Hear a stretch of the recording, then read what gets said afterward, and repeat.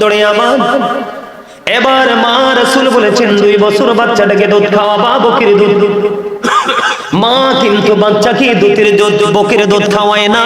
ওই বাচ্চা বকরির দুধ কেমন সেটাই বোঝে না, কারণ মায়ের বুকের দুধের মধ্যে, স্তনের দুধের মধ্যে বাচ্চার জন্য রোগ প্রতিরোধ ক্ষমতা এবং বাচ্চাটা বেড়ে ওঠার সব উপাদান আল্লাহ কুদরতি ভাবে লাগাইয়া দিছে।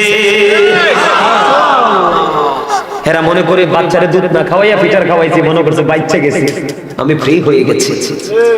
7 বছরে যখন বাচ্চাটা পা রাখবে, কয় বছর আপনি নামাজের কথা বলবেন, 10 বছরে যখন পা রাখবে নামাজের জন্য মায়ের দিবেন, বিছানাটা আলাদা করে দিবেন।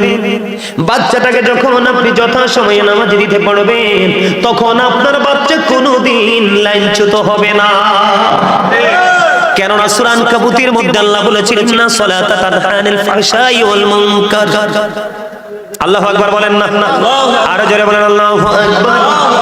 হাদিস শরীফের মধ্যে এসেছে, আমার দিকে তাকানো বন্ধু, যেই বাচ্চাটার এখনো গুনাহ করার সময় হয়নি, অন্যায় অপরাধকে চিনার বোঝার সময় হয়নি, ওই বাচ্চাটা যখন আপনি নামাজে ধরিয়ে দিলেন, আল্লাহ রাসূল বলেছেন, হযরত আবু যর রাদিয়াল্লাহু তাআলা আনহু থেকে হাদিস কানা বর্ণিত, আল্লাহ রাসূল শীতের দিনে বের হলেন।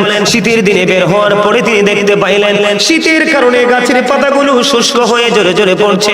আমার নবী গাছের ডাল ধরলেন, এবার আবু যরকে একটা ডাক দিলেন। আবু যর উত্তর দিলেন, লাব্বাইকা ইয়া রাসূলুল্লাহ, আমি হাজির।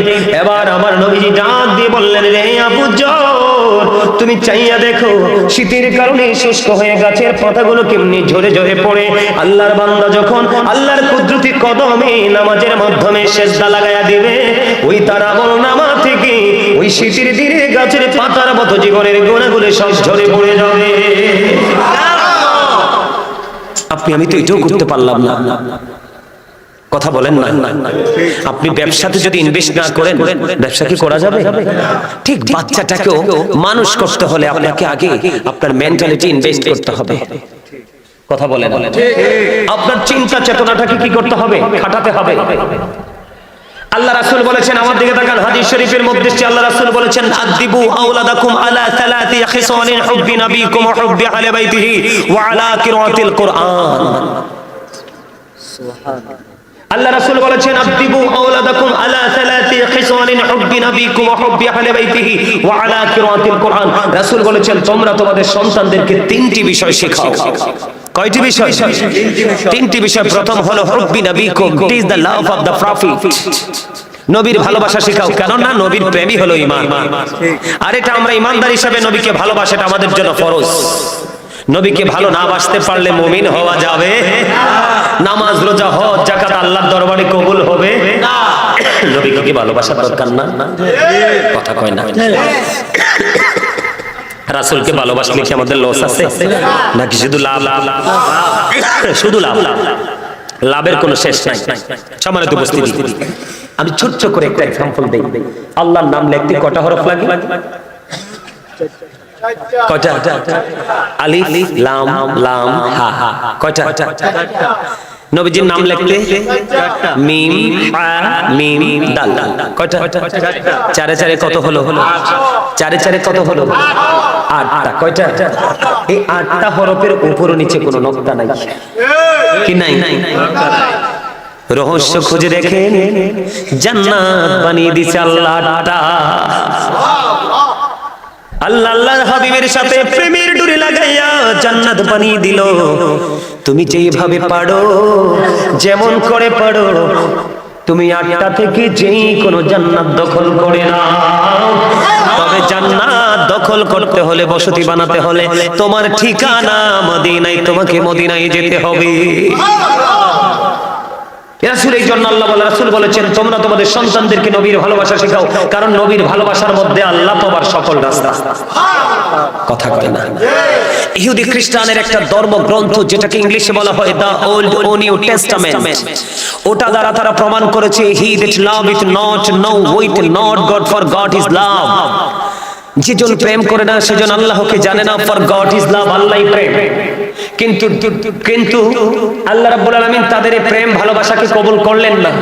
আল্লাহ বলেছেন নো সে বলুন ইফ ইউ ডু লাভ আল্লাহ, যদি তোমরা আল্লাহকে ভালোবেসে থাকো, ফলো মি মুহাম্মদ সাল্লাল্লাহু আলাইহি ওয়াসাল্লাম, মুহাম্মদ সাল্লাল্লাহু আলাইহি সাল্লামের অনুগত হয়ে যাও, আল্লাহ উইল লাভ ইউ, আল্লাহ তোমাদেরকে ভালোবাসবে, এন্ড ফরগিভ ইউর সিনস, আল্লাহ জীবনের গুনাহ maaf করে দিবে। এখন এটা কি শুধু ইংলিশে বলেছেন? আল্লাহ বলেছেন, আল্লাহ বলেছেন কুল ইন কুনতুম তুহিব্বুনাল্লাহ ফাত্তাবিউনি ইউহিব্বুকুমুল্লাহু ওয়া ইয়াগফির লাকুম যুনুবাকুম আল্লাহু গফুরুর রহিম।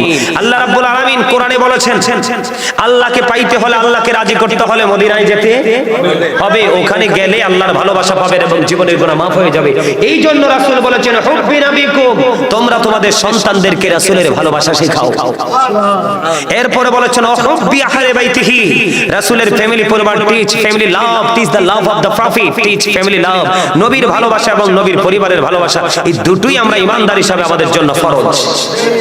এরপরে বলেছেন ওয়া আলা কিরাতিল কোরআন, তোমরা তোমাদের সন্তানদেরকে কোরআন তেলাওয়াত শেখাও। সুবহানাল্লাহ বলেন না কেন? আরো জোরে। কারণ Allah is all in all, follow his law and light for eternal success. Allah তো সব, কিন্তু তারপরে আল্লাহ আমাদের জন্য দুটো জিনিস বরাদ্দ করে দিয়েছেন, ল এন্ড লাইট। একটা হলো ল মানে কি? আইন। এই আইনের ভান্ডার কি? কোরআন। আর আইন বুঝতে হবে না?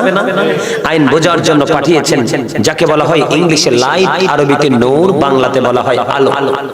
সেই নবী বুঝেছেন, নবী থেকে বুঝে রেখেছেন আবু বকর, আবু বকর থেকে বুঝে রেখেছেন হযরত ওমর, ওমর থেকে বুঝে রেখেছেন হযরত ওসমান জিন নূরাইন রাদিয়াল্লাহু তাআলা আনহু। ওসমান জিন নূরাইন রাদিয়াল্লাহু তাআলা আনহুর জামানায় সেই কোরআনটা লিখিত হলো। আজকে সেই আদর্শ আমাদের মধ্যে না থাকার কারণেই আজকে বাচ্চা কাচ্চা সন্তান সন্ততি পথভ্রষ্ট হয়ে যাচ্ছে।